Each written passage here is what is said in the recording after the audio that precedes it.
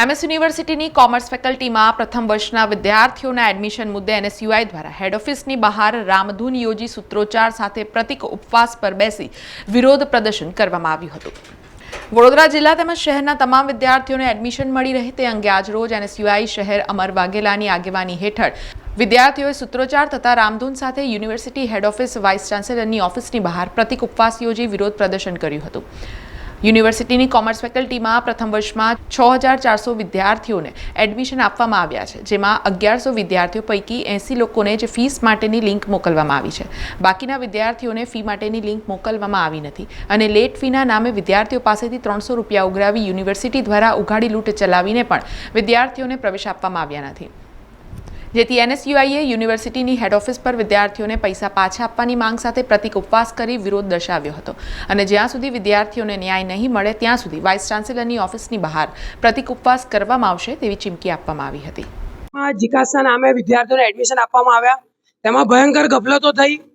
વાત કરીએ કોમર્સ ફેકલ્ટીની પહેલું મેરિટ લિસ્ટ જાહેર કરવામાં આવ્યું 6400 વિદ્યાર્થીઓનું, ફક્ત ફીસ ભરવા માટે 3 દિવસ આપવામાં આવ્યા।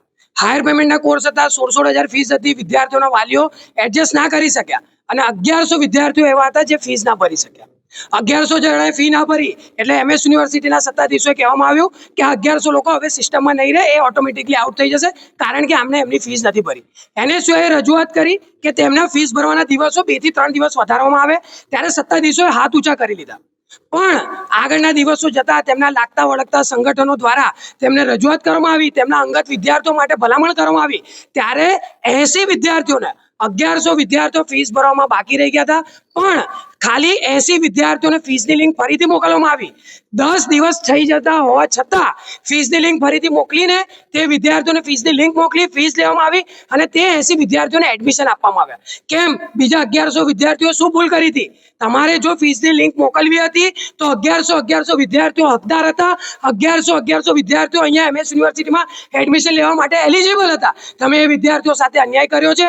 એનએસયુઆઈની માંગ છે કે તમે લાગતા વળગતા સંગઠનો માટે 80 જણાને ફીસની લિંક મોકલી દીધી, એનએસયુઆઈ એવું નહીં ચલાવે। 1100 વિદ્યાર્થીઓને ફીસની લિંક મોકલવી પડશે। આ 1100 વિદ્યાર્થીઓ સાથે અન્યાય થયો છે। સાથે સાથે સેકન્ડ ફેઝ ચાલુ કરવામાં આવ્યો। સેકન્ડ ફેઝમાં કહેવામાં આવ્યું કે વિદ્યાર્થીઓ માટે સારું વિચારશે એમએસ યુનિવર્સિટી, પણ જ્યારે સેકન્ડ ફેઝનું મેરિટ લિસ્ટ બહાર આવ્યું તો ફક્ત 54 લોકોનું આવ્યું। જ્યારે હજારો વિદ્યાર્થીઓએ હજારો રૂપિયા આપીને જીકાસ પર રજીસ્ટ્રેશન કરાવડાવ્યું અને જ્યારે વિદ્યાર્થી હવે એડમિશન માટે આવે છે તો હાથ ઊંચા કરી દે છે કે અમારા પાસે જગ્યા નથી। તો આ 300 રૂપિયા આપીને વિદ્યાર્થીઓ સાથે અન્યાય કર્યો છે, વિદ્યાર્થીઓ સાથે પૈસા લઈને અહીંયા લૂંટ મચાવી છે। એનએસયુની માંગ છે કે તમામ વિદ્યાર્થીઓને 300 રૂપિયા પાછા આપવામાં આવે, 1100 વિદ્યાર્થીઓને ફીસની લિંક ફરીથી મોકલવામાં આવે। આજ રોજ અહીંયા પ્રતિક ઉપવાસ પર બેઠીને જ્યાં સુધી યોગ્ય ઉચિત આન્સર અમને નહીં મળે ત્યાં સુધી એનએસયુઆઈ અહીંયાથી ઊભું નહીં થાય અને અહીંયા પ્રતિક ઉપવાસ પર બેહીને વીસી સાહેબનું વિરોધ પ્રદર્શન કરશે। સમાચારોના સતત અપડેટ માટે TNN ન્યૂઝને YouTube પર સબસ્ક્રાઇબ કરી બેલ આઇકોન પ્રેસ કરો અને અમારી સાથે જોડાયેલા રહો Facebook, Instagram અને Twitter ઉપર।